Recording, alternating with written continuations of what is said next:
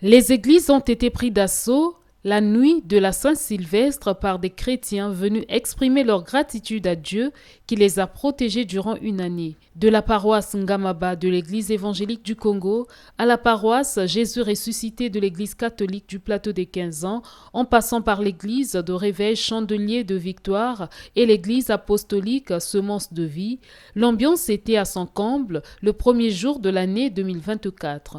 Une manière pour les chrétiens du Congo en général et particulièrement ceux de Brazzaville de consacrer cette nouvelle année à Dieu. Partout, le message était le même, la reconnaissance des bienfaits du Tout-Puissant pour les épreuves et circonstances surmontées en 2023 et se projeter pour l'année 2024. Le message de la paix, le message de joie, le message d'espérance que notre Dieu qui dimanche passé nous a donné son Fils Jésus-Christ.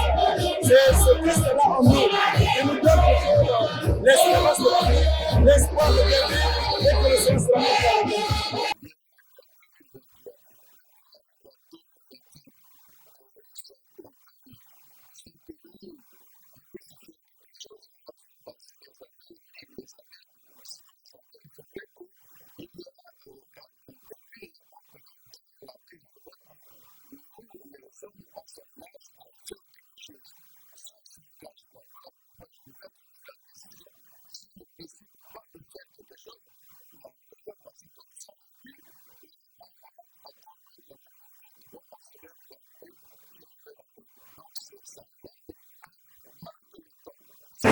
L'année 2024 a été déclarée année lumière.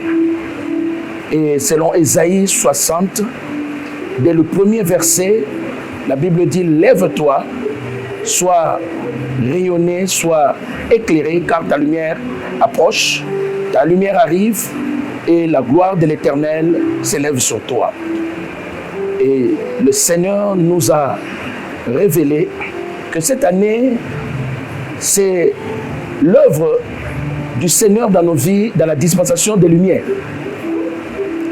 Le Seigneur prend contrôle dans la dispensation de la lumière parce que c'est dans cette dispensation qu'il est venu sauver. La Bible dit dans Jean chapitre 1, au verset de 11 et 12, il est venu chez les siens et les siens ne l'ont point reçu. C'est lui qui est venu chez les siens, c'est la lumière. C'est la lumière qui était venue chez les siens. Donc le Seigneur est venu à Israël comme lumière qui était venue pour annoncer le règne de la lumière. Nous sommes venus pour vivre la traversée de 2023 et de 2024 avec le Seigneur. Et nous, le message que nous avons à leur donner, c'est le message d'espérance. De la même manière que Dieu les a gardés en 2023, malgré les difficultés qu'ils ont croisées, et leur donner cet espoir-là, en 2024, le Seigneur sera faire toujours avec eux. Et soumettre toutes leurs vies, tous leurs projets entre les mains du Seigneur, et que le Seigneur garde leur vie.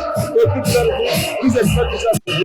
Pour ces fidèles, la nuit de la traversée du 31 décembre au 1er janvier revêt un caractère sacré. C'est une grâce pour nous d'être ici pour cette nouvelle année. En tant que chrétiens, nous sommes là pour rendre grâce au Seigneur, témoigner au Seigneur toute notre gratitude. En fait, il nous a gardés tout au long de cette année et nous sommes là pour lui rendre grâce, pour lui dire merci, parce qu'il y a beaucoup aussi parmi nous qui n'ont pas pu avoir cette grâce d'être là. Donc nous sommes là, nous avons préféré être là aujourd'hui, faire cette transition du 31 au 1er pour dire merci au Seigneur pour tous les bienfaits et lui rendre grâce et lui donner sa place en tant que maître de notre création. On a passé l'année 2023 avec beaucoup d'épreuves, beaucoup de combats, beaucoup de turbulences. On a jugé bon de venir participer à ce grand réveillon. Une façon pour nous d'abord de manifester envers notre éternel Dieu la gratitude et la reconnaissance parce que nul n'était lui, on ne devait pas en fait arriver à la terme de cette année et d'affranchir l'année nouvelle qui se présente devant nous. Les chrétiens de Brazzaville n'ont donc pas voulu déroger à cette règle du 31 décembre de chaque année. Question de recommander la nouvelle année entre les mains de Dieu.